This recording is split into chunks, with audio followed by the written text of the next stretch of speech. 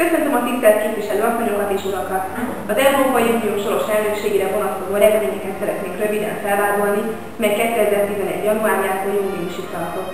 Örömmel tudatom önökkel, hogy a magyar elnökség a kitűzött célokat túl teljesítette.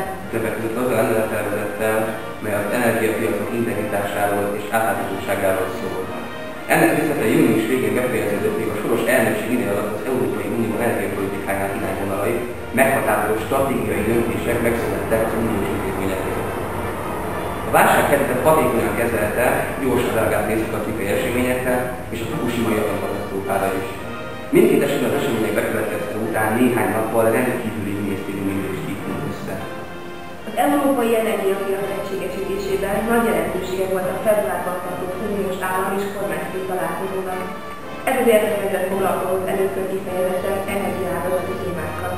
A magyar klímapolitika célja az volt, hogy előrelépés történjen az Európai Unió részvételével zajló nemzetközi tárgyalásokon, és a megállapodás év végéig megszülessen. A szén-dioxid kibocsátás csökkentésével kapcsolatos tárgyalásokat igyekezett előre mozdítani. Összességében elmondható, hogy Európa erősebb és egységesebb lett, mint fél évvel korábban.